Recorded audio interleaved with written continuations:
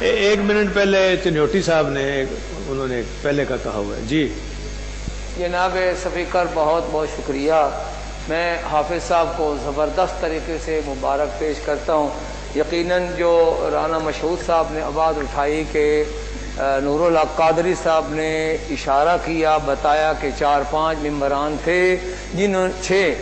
جنہوں نے یہ کہا تھا کہ ان کو کمیشن میں شامل کر دیا جائے. ان کے نام واضح ہونے چاہیے، پتہ چلے قوم کو اپنے خیر خواہوں کا اور جو بدخواہ ان کا. جناب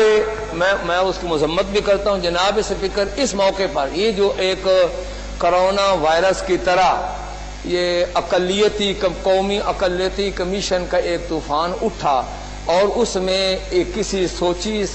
سمجھی سازش کے تحت قادیانیوں کو شامل کرنے کی کوشش کی، تو آپ جناب چودھری پرویز الہی صاحب اور آپ کے بڑے بھائی چودھری شجاعت حسین صاحب نے 2 ٹوک اعلان کیا کہ ہم اس کمیشن کے حق میں نہیں ہیں، مشورے کے بغیر یہ کام ہوا ہے. میں یہ سمجھتا ہوں کہ آپ نے پوری امت مسلمہ کی ترجمانی کی ہے،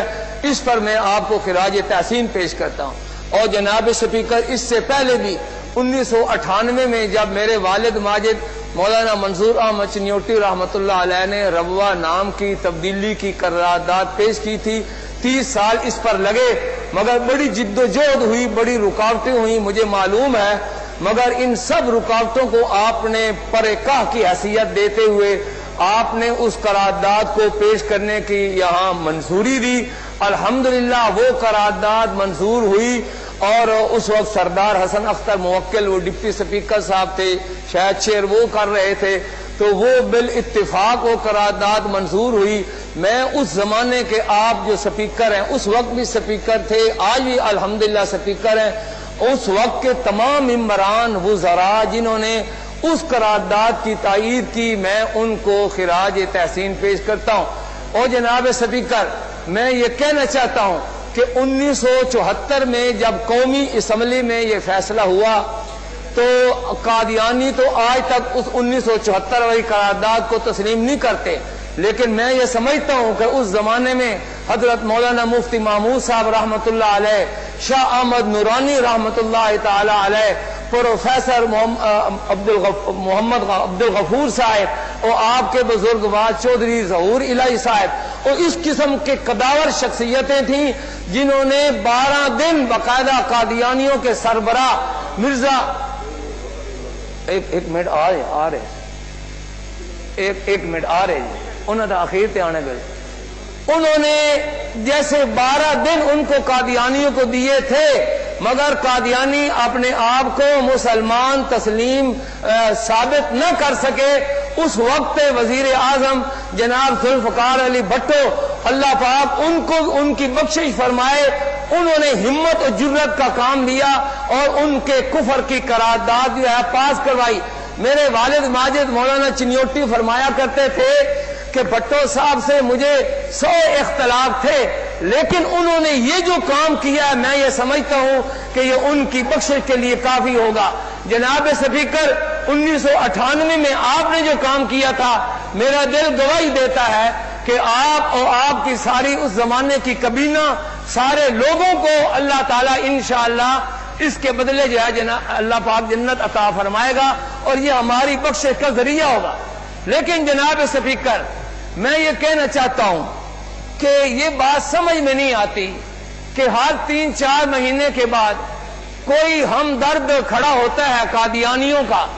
اور ان کے لیے کوئی چور راستے نکالنے کی کوشش کرتا ہے. جناب سپیکر، بڑے افسوس کی بات ہے کہ ہم کہیں تو یہ کہ ہم ریاست مدینہ کی بنیادوں پر اس ملک کی بنیادوں کو استوار کریں گے، لیکن ہمارے وزیر اعظم صاحب کی زبان خاتم النبیین کا لفظ کہنے سے وہ لڑکھڑا جاتی ہے. اور جناب سپیکر، اسی جماعت کے لوگ وہ جاتے ہیں انگلینڈ میں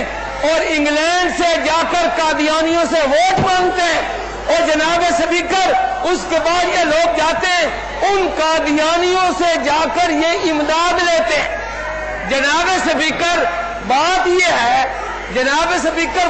ہے میں یہ کہتا ہوں غیرت کسی چیز کا نام ہے، اور حضور علیہ الصلوۃ والسلام نے ایک موقع پر فرمایا تھا صحابہ کرام کو کہ میں تم سب سے زیادہ غیرت مند ہوں، نے فرمایا کہ اللہ پاک مجھ سے بھی بڑا غیرت مند ہے۔ جناب سپیکر، غیرت بھی کسی چیز کا نام ہے۔ افسوس کی بات یہ ہے کہ قادیانی یہ کہیں کہ جو مرزا قادیانی کے اوپر ایمان نہیں لاتے وہ سارے کے سارے کنجریوں کی اولاد ہیں۔ جناب سپیکر، وہ اپنے اوپر ایمان نہ لانے والے کی ماؤں کو کنجری کہیں اور ہمارے دل میں رحم آ جائے، ہم کہیں جناب وہ بھی باسی ہیں۔ جناب سپیکر، میرا مطالبہ یہ ہے کہ قادیانیوں نے 1974 سے اس قرارداد کو تسلیم نہیں کیا، اس لیے 7 ستمبر 1974 سے لے کر آج تک قادیانی ہر روز وہ پاکستان۔ چلو ٹھیک ہے چنیوٹی صاحب، ٹھیک ہے چنیوٹی صاحب، تھوڑی شرارت۔ چلو بس چنیوٹی صاحب، کوٹا پورا ہو گیا ہے، کوٹا پورا ہو گیا ہے۔ اچھا، یہ اجلاس کا وقت بھی ختم ہو گیا ہے، لہذا اجلاس غیر معینہ مدت کے لیے ملتوی کیا جاتا ہے۔